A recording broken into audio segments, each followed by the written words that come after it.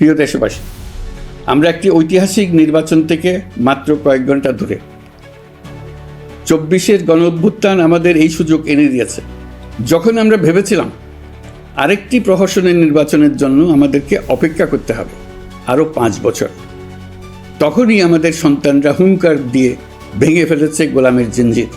সহস্রাধিক প্রাণের বিনিময়ে আজকের এই দিনটি আমরা পেয়েছি। অভ্যুত্থানের দিনগুলো এখনও আমাদের স্মৃতিতে টাটকা। দেয়ালের লিখনগুলো এখনও সারা দেশের দেয়ালে দেয়ালে জ্বলজ্বল করছে। দেয়ালে দেয়ালে স্কুল, কলেজ, মাদ্রাসা, বিশ্ববিদ্যালয়ের শিক্ষার্থীরা গ্রাফিতির মাধ্যমে লিখেছিল তাদের মনের কথাগুলো। সেখানে তারা বলেছে পরিবর্তনের কথা, সংস্কারের কথা।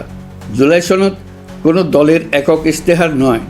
দীর্ঘ ৯ মাস ৩০টিরও বেশি রাজনৈতিক দলের সাথে আলোচনা করে জাতীয় ঐক্যমত্য কমিশন জুলাই জাতীয় সনদ প্রস্তুত করেছে।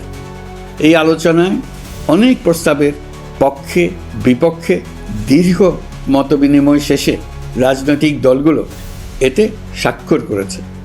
এই সনদ জাতির ভবিষ্যৎ পথ চলার এক ঐতিহাসিক দলিল। গণ অভ্যুত্থানের চেতনা, জনগণের দীর্ঘদিনের আকাঙ্ক্ষা এবং ভবিষ্যৎ রাষ্ট্র ব্যবস্থার একটি সুস্পষ্ট দিক নির্দেশনা। এই সনদের মাধ্যমে আমরা সংস্কারসমূহ বাস্তবায়নের অঙ্গীকার করেছি।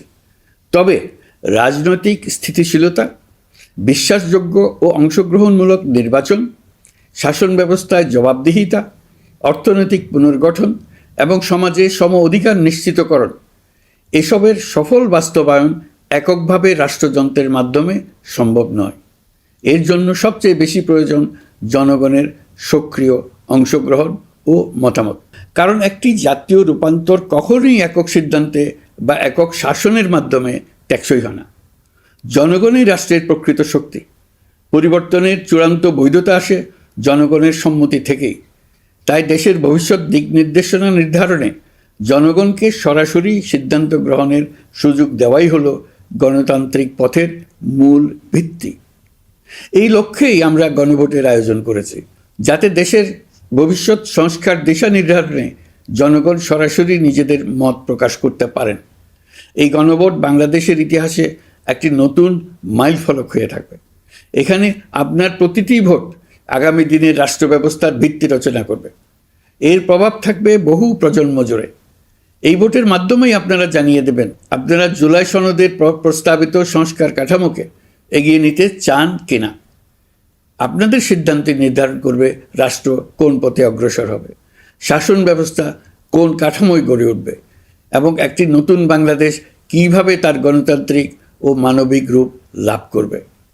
এই গণভোটে আপনার একটি ভোট শুধু একটি কাগজে দেওয়া সিল নয়, এটি আপনার সন্তানের ভবিষ্যৎ, আপনার পরিবারের নিরাপত্তা এবং দেশের আগামী দিনের দিক নির্দেশনা নির্ধারণ করবে।